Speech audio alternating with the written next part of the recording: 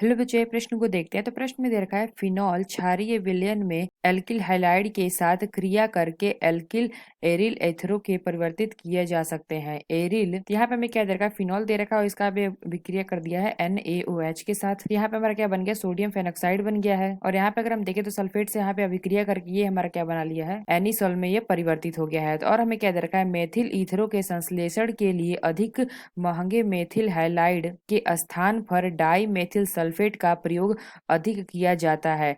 उपरोक्त अभिक्रिया को विलेशन संश्लेषण कहते हैं, जिसका प्रयोग असम्मित ईथर जैसे एल्किल एरिल ईथरों के निर्माण में भी किया जा सकता है। तो विलेशन संश्लेषण में एरिल हैलाइड प्रयोग नहीं किए जा सकते हैं, क्योंकि इनकी जो नाभिक स्नेही प्रतिस्थापन के प्रति अभिक्रियाशीलता क्या होती है, निम्न होती है। किसी भी एरिल ईथर के निर्माण के लिए अभिकारकों को 2 संयोजन होना चाहिए, परंतु इसमें एक संयोजन प्रभावशाली नहीं होता है। तो यहाँ पे अगर हम देखें तो यहाँ पे सोडियम फेनोक्साइड था, तो जब ये हमारा अभिकर्मक के रूप में कार्य करेगा तो ये हमारा क्या करेगा, पीछे से जाकर के अभिक्रिया कर लेगा SN2 के आधार पर। और अगर हम दूसरा देखें तो इसमें हमारा क्या करते हैं, ये हमारा इधर से जाके क्या करेगा, पीछे से यहाँ पे अभिक्रिया नहीं कर सकता है, क्योंकि यहाँ पे जो हमारे पीछे हमारा क्या है, बेंजीन लगा हुआ है। इसलिए हमारा क्या होता है, जो हमारा पथ होता है संभव नहीं होता है। यहाँ पे हमें दे रखा है कि जो हमारा पथ ए है ये हमारा क्या संभव होता है, और यहाँ पे अगर हम देखें तो ये हमारा क्या देगा, पथ बी हमारा क्या होता है, संभव नहीं होता है। तो यहाँ पे हमने पहले में क्या देखा, SN2 के हिसाब से हमारा क्या करता है, पीछे जाके यहाँ पे अभिक्रिया कर देता है। और ये हमारा की जो संभव है ये हमारा बना ले रहा है क्या, फेनिल एन प्रोपिल ईथर।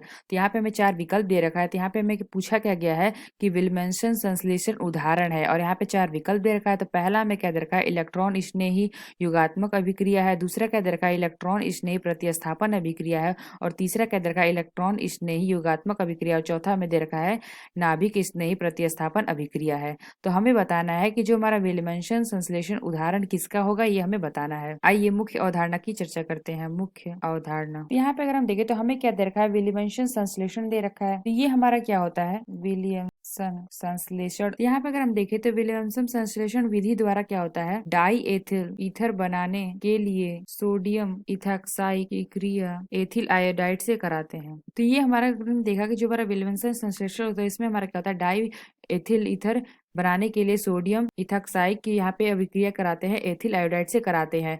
तो यहाँ पे अगर हम देखें तो यहाँ पे हमें प्रश्न में क्या पूछा गया था कि विल्मनसन संश्लेषण उदाहरण है, तो किसका उदाहरण है ये हमें बताना है। तो यहाँ पे हमने क्या देखा था, तो यहाँ पे जो हमें यहाँ पे थ्योरी दे रखी है इसमें हमने देखा था कि एथिल ईथरों के संश्लेषण के लिए अधिक महंगे मेथिल हाइलाइड के स्थान पर डाई मेथिल सल्फेट का प्रयोग अधिक किया जाता है। उपयुक्त अभिक्रिया को हम क्या कहते हैं, विल्मनसन संश्लेषण कहते हैं, जिसका उपयोग असम्मित ईथर जैसे एल्किल एरिल ईथर के निर्माण में किया जाता है। तो विल्मनसन संश्लेषण में क्या होता है, एरिल हाइलाइड प्रयोग नहीं किए जाते हैं, क्योंकि इनकी जो हमारी नाभिक स्नेही प्रतिस्थापन के प्रति अभिक्रियाशील निम्न होता है। तो यहाँ पे हमारा क्या देखा, यहाँ पे हमने ये हमारा क्या हो रहा है, नाभिक स्नेही प्रतिस्थापन अभिक्रिया होगा यहाँ पे। तो यानी हम कह सकते हैं प्रश्न में वही पूछा गया था कि यहाँ पे पूछा गया कि विल्मनसन संश्लेषण उदाहरण है, तो हम कह सकते हैं ये हमारा किसका उदाहरण होगा, नाभिक स्नेही प्रतिस्थापन अभिक्रिया का। तो वही यहाँ पे हमने देखा था नाभिक स्नेही प्रतिस्थापन के प्रति अभिक्रियाशील। यहाँ पे मन में यहाँ पे हमने वही देखा था कि